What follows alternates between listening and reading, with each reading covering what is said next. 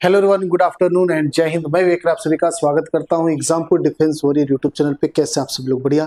तो इस वीडियो के अंदर हम लोग बात करने वाले जिन बच्चों का एयरफोर्स फेज 1 हो चुका है 02/2025 की हम बात करें, ध्यान रखेंगे 01/2026 का फेज 2 का ये डिस्कशन नहीं। क्यों? क्योंकि फेज 2 में चेंजेस आए। चेंजेस दो चीज में आए, तो हाइट में आई, फेज 2 की बात करेंगे, और दूसरा आपका सिलेक्शन प्रोसेस में, और कट ऑफ में आया, वो तो खैर ओवरऑल प्रोसेस में है। ठीक है, तो 3 चेंजेस हुए आपकी बात 01/2026 में। ये वीडियो 02/2025 वाले बच्चों के लिए जिनका भी फेज 1 क्लियर हो गया। सबसे पहले आप सभी को कांग्रेचुलेसन, बहुत बढ़िया। हाँ, कट ऑफ इतना हाई गया, उसके बाद भी अगर आप लोगों ने निकाला, बहुत अच्छा लगा और बहुत अच्छा स्कोर भी आया। खैर देखा जाएगा, बहुत सारे बच्चों का 21 से भी ज्यादा आ गया इंग्लिश में, खैर क्योंकि नॉर्मलाइजेशन हुआ उसमें नंबर बढ़ गया उनका। खैर बढ़िया, जिसका हुआ बेस्ट ऑफ लक आपको, एडवांस में कांग्रेचुलेसन। अब हम बात करते हैं आगे का क्या आपका जर्नी होने वाला, कैसे कैसे आपको जाना होगा। ठीक है, पहली चीज देखो, आप लोग का फेज 2 का एडमिट कार्ड आएगा। ठीक है, एडमिट कार्ड का वेट कर लेंगे हम लोग, और दिन कितना लेके चलेंगे? 15 दिन लेके चलना। 15 से 20 दिन में आपको बुला लिया जाएगा। 15 से 20 दिन में आपको बुलाया जाएगा फेज 2 के लिए। ठीक है, अब इसका प्रोसेस क्या पूरा, जैसे आप सभी का एडमिट कार्ड आ जाएगा, आप सभी को बुलाया जाएगा, आप लोग जाओगे फेज 2। ठीक है, बेलगम में जाओगे। वहां पे जैसे आप अपने सेंटर पे, जहां भी आपको फेज 2 सर बेलगम तो नहीं बुलाएंगे, आपके ट्रेनिंग के लिए बुलाएंगे, आपको जहां पे भी सेंटर जो भी देंगे, ठीक है, आपको वहां पे बुलाएंगे। वहां पे जाते ही सबसे पहले आपको क्या होगा, 10 मिनट टाइम दिया जाएगा PIQ फिल करने के लिए। बेसिकली आपका एक तरीके से क्वेश्चन आंसर सेशन होता है। बेसिकली आपका नाम, आपके पिताजी का नाम, आपका हॉबीज का, आपका इंटरेस्ट किसमें होता है, आपका प्रीवियस कुछ इंटरेस्टिंग चीज आपने किया, वो सारी चीजें आपका जनरली पहले फिल करवा लेते हैं 10 मिनट के अंदर। ठीक है, ये सारी चीज आप सही से फिल कर देना। आपको जो भी अपने बारे में पता है, आप जो भी जानते हो, ठीक, ऑब्जर्व करते हो आप, ये सब चीजें जैसे हो जाएंगे, उसके बाद आपको फिर पूरा प्रॉपर तरीके से सबसे पहले चीज आपका डॉक्यूमेंट वेरिफिकेशन होगा। ठीक है, हालांकि डॉक्यूमेंट वेरिफिकेशन इसके पहले ही हो जाएगा, ठीक है, क्योंकि इसके बिना एंट्री नहीं मिलेगा। बेसिक डॉक्यूमेंट वेरिफिकेशन यानी एडमिट कार्ड तो देखेंगे ही। अब क्या है, पूरा सुनना ध्यान से। जैसे आप सेंटर पे गए, सब सिस्टम हो गया, अब आपको पूरा डॉक्यूमेंट दिखाना पड़ेगा। पूरा डॉक्यूमेंट में क्या क्या लेके जाना है फेज 2 में? आपको फेज 1 का एडमिट कार्ड लेके जाना है। फेज 1 का एडमिट कार्ड खोया तो नहीं ना, याद रखेंगे, वो जरूरी है। उस पे स्टैंप लगता है, साइन लगता है, जो भी चीज है वो लेके जाना ओरिजिनल, जो आप एग्जामिनेशन हॉल में ले गए थे वो। जिनका खो गया बेटा, वो दिक्कत करेंगे। ठीक है, पहली चीज तो आपको फेज 1 का एडमिट कार्ड लेके जाना बेटा। Colour print out online application form, यानी आपने जब फॉर्म भरा था तो एप्लीकेशन रखते हो ना आप लोग अपने लिए, जिसपे रजिस्ट्रेशन नंबर रहता है, ये सब चीजें रहती है, आपने फी पेमेंट किया, कौन सा फॉर्म भरा, ये सारी चीजें ना जब फॉर्म भरते, वो भी आपको लेके जाना है। ठीक है, कलर्ड प्रिंट आउट। उसके बाद कलर्ड प्रिंट आउट फेज 2 का एडमिट कार्ड। फेज 2 का एडमिट कार्ड अभी आप लोग का नहीं आएगा, वो जैसे आ जाएगा वो भी आपको लेके जाना है। ठीक है, आगे बात करेंगे क्लास 10th और 12th की ओरिजिनल मार्कशीट लेके जानी। ठीक है, या पासिंग सर्टिफिकेट यानी सनद वगैरह ओरिजिनल भी लेके जाना, और 3-4 कम से कम ब्लैक एंड व्हाइट का फोटो कॉपी, यानी आपका जो भी 10वीं 12वीं का मार्कशीट है या पासिंग सर्टिफिकेट, जो भी, अगर दोनों चीजें तो दोनों ले जाएंगे आप सभी लोग। डॉक्यूमेंट स्ट्रांग रखना बेटा। तो उसका क्या करना, 3-4 फोटो कॉपी सबका करवा लेना, और ओरिजिनल भी लेके जाना है। ओके, अगर कहीं कॉलेज वगैरह में जमा हुआ है, बीच में हो गया हो एग्जाम देने के बीच में, तो फिर जाके ले लेना। ठीक है, सिंपल सा ये बता रहा हूं। इसके बाद देखेंगे आधार कार्ड आपको लेके जाना बहुत जरूरी है, ये तो वेरीफाई होगा। इसके साथ साथ पैन कार्ड भी आपका होना चाहिए। नहीं है पैन कार्ड, अप्लाई कर दो, बन जाएगा 10-15 दिन, आई थिंक 1 महीने के अंदर बनी जाता है। जो भी हो प्रोसेस आपका, तो मुझे नहीं पता, पहले हो जाता था। ठीक है, तो पैन कार्ड आपका बन जाएगा, ऑनलाइन ही बनता है आजकल। तो आपको 10 कलर पासपोर्ट साइज फोटो, वही फोटो लेके जाना जो आपने फॉर्म भरते वक्त लगाया था, स्लेट वाला या तो वैसा ही। अगर आपको लगता है वो फोटो आपके पास नहीं है, तो आप साइबर कैफे जहां भी फोटो खिंचवाए तो उनसे बात कर लो। अदरवाइज कोई ऑप्शन अगर आपके पास बचता नहीं है, तो आप रिसेंटली नया फोटो खिंचवा के चले जाना। ठीक है, जिसमें आप दिख रहे हो, बात समझ में? मतलब जैसा फोटो वहां, जैसा चेहरा वहां था, वैसा ही चेहरा टाइप का है। कोशिश करना वही शर्ट पहन लो, वही टी शर्ट पहन लो जो आपने उसमें फोटो खिंचवाया था, मतलब फॉर्म भरते हो। ठीक है, मतलब सेम कैटेगरी का फोटो लेके जाना। अगर सेम नहीं, कोई बात नहीं, नया खिंचवा लेना, बट हाँ, कपड़ा वगैरह कोशिश करना सेम रहे, बैकग्राउंड सेम रहे। ओके, आगे बात करेंगे 12th का एडमिट कार्ड। देखो ये नेसेसरी कंडीशन नहीं है, अगर ये आपके पास है तो आप लेते जाना, नहीं है तो भी कोई दिक्कत नहीं। ठीक है, इसका कोई नेसेसरी वाला चीज नहीं। इसके बाद नो रिस्क सर्टिफिकेट, जब आपका फेज 2 का एडमिट कार्ड आएगा, उसके साथ नो रिस्क सर्टिफिकेट भी होता है। एक और चीज होता है कंसेंट फॉर्म, उसको मैंने यहाँ पे ऐड नहीं किया। कंसेंट फॉर्म बेसिकली आपका होता है, जो बच्चों की उम्र 18 साल से कम होती है, वो सभी लोग अपने पेरेंट्स के साइन करवा के लेके जाते हैं। बट मैक्सिमम बच्चों का 18 से ज्यादा हो जाता है, तो इसलिए इस पर डिस्कशन नहीं कर रहे। ठीक है, नो रिस्क सबको भर के लेके जाना है। ओके, ये आपके पास है टोटल 9 डॉक्यूमेंट, इसमें से 8 इंपॉर्टेंट है। आपका एडमिट कार्ड हटा सकते हैं, ये हमारे लिए इंपॉर्टेंट है। अभी स्क्रीनशॉट ले लेना बेटा आप सभी लोग, और अभी टिक लगा लेना आपके पास क्या क्या चीजें और क्या क्या चीजें आपको इकट्ठा करनी, ठीक है। इसके बिना पूरा मेहनत आपका बेकार हो जाएगा, रिटर्न निकालना खराब हो जाएगा अगर आप डॉक्यूमेंट वेरिफिकेशन नहीं बाहर आ गए। अगर यहाँ पे सारा सेटिस्फेक्शन आपने उनको दिखा दिया तो फिर आपको आगे का प्रोसीड मिलेगा, वरना यहीं पे कुछ बच्चे बाहर हो जाएंगे। इसमें से अगर डॉक्यूमेंट आपका मिसमैच होता, अवेलेबल नहीं होता, इसको छोड़ के तो आपको बाहर किया जा सकता है, ये चीज याद रखेंगे, ठीक है। बिल्कुल।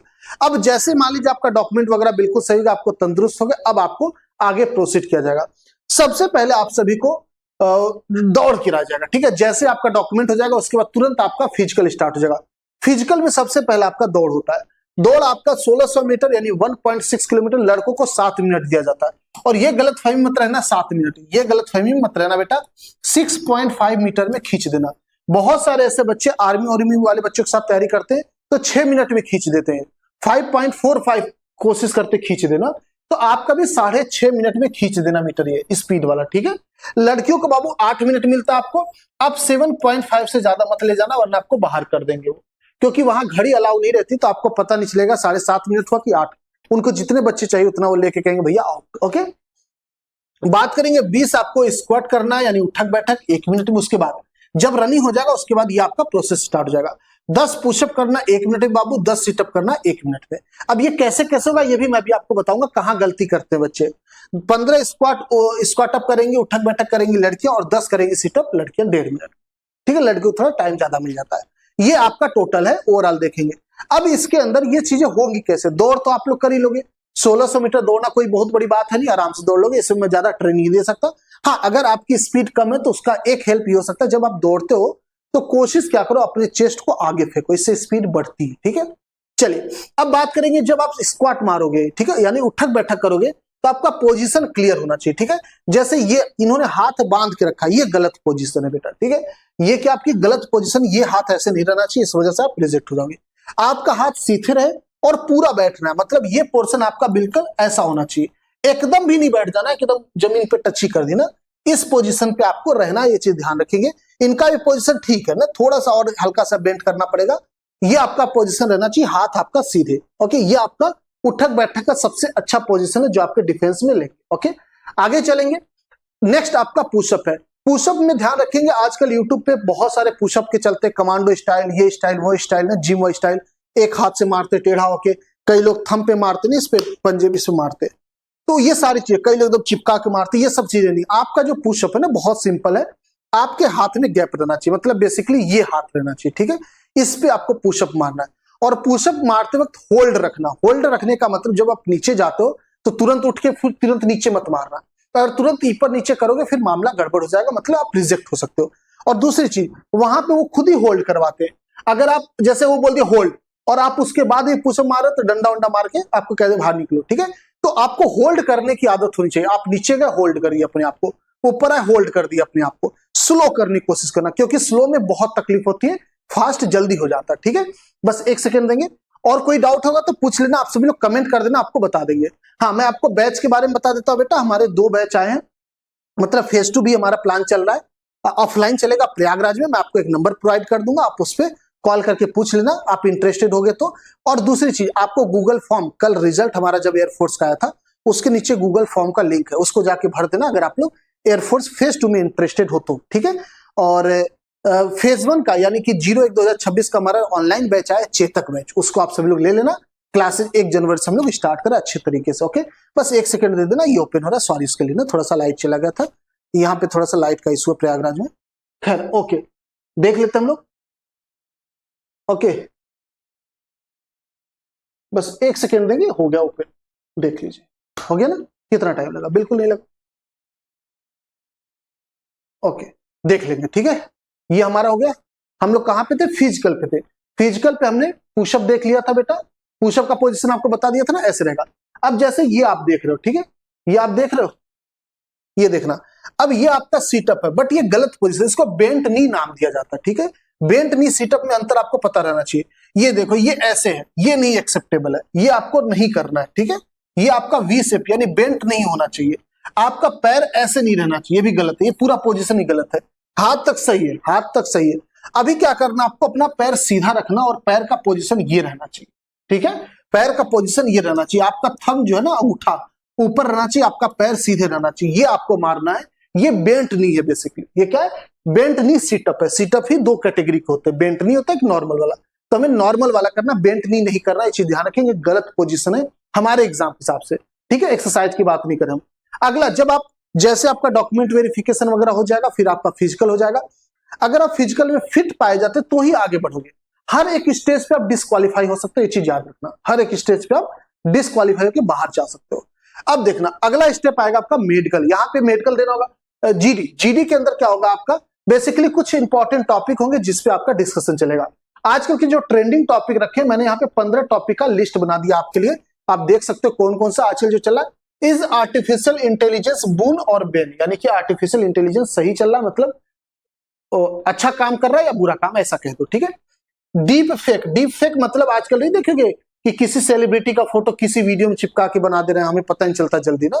तो डीप फेक का क्या रोल है, drone and there uses in various sector, drone का क्या क्या रोल हो सकता है।